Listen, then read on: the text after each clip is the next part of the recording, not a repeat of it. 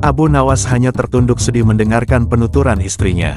Tadi pagi beberapa pekerja kerajaan atas titah langsung Baginda Raja, membongkar rumah dan terus menggali tanpa bisa dicegah.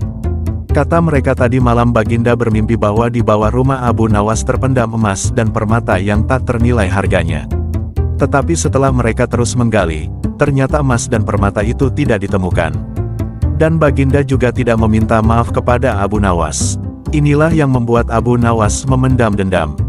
Lama Abu Nawas memeras otak, namun belum juga ia menemukan muslihat untuk membalas Baginda, sehingga makanan yang dihidangkan oleh istrinya tidak dimakan karena nafsu makannya lenyap. Malam pun tiba, namun Abu Nawas tetap tidak beranjak. Keesokan hari Abu Nawas melihat lalat-lalat mulai menyerbu makanan Abu Nawas yang sudah basi, ia tiba-tiba tertawa riang.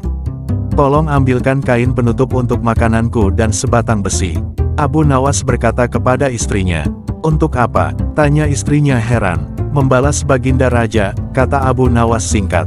Dengan muka berseri-seri Abu Nawas berangkat menuju istana. Setiba di istana Abu Nawas membungkuk hormat dan berkata, "Ampun tuanku, hamba menghadap tuanku Baginda hanya untuk mengadukan perlakuan tamu-tamu yang tidak diundang. Mereka memasuki rumah hamba tanpa izin dari hamba dan berani memakan makanan hamba." "Siapakah tamu-tamu yang tidak diundang itu wahai Abu Nawas?"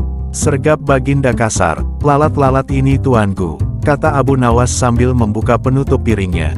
"Kepada siapa lagi kalau bukan kepada Baginda junjungan hamba, hamba mengadukan perlakuan yang tidak adil ini. Lalu keadilan yang bagaimana yang engkau inginkan dariku?" lanjut Baginda Raja. Abu Nawas menjawab, "Hamba hanya menginginkan izin tertulis dari Baginda sendiri agar hamba bisa dengan leluasa menghukum lalat-lalat itu." Baginda Raja tidak bisa mengelakkan diri menolak permintaan Abu Nawas, karena pada saat itu para menteri sedang berkumpul di istana. Maka dengan terpaksa Baginda membuat surat izin yang isinya memperkenankan Abu Nawas memukul lalat-lalat itu dimanapun mereka hinggap. Tanpa menunggu perintah, Abu Nawas mulai mengusir lalat-lalat di piringnya, hingga mereka terbang dan hinggap di sana-sini. Dengan tongkat besi yang sudah sejak tadi dibawanya dari rumah, Abu Nawas mulai mengejar dan memukuli lalat-lalat itu. Ada yang hinggap di kaca. Abu Nawas dengan leluasa memukul kaca itu hingga hancur. Kemudian vas bunga yang indah, kemudian giliran patung hias, sehingga sebagian dari istana dan perabotannya remuk diterjang tongkat besi Abu Nawas. Bahkan Abu Nawas tidak merasa malu memukul lalat yang kebetulan hinggap di tempat duduk Baginda Raja.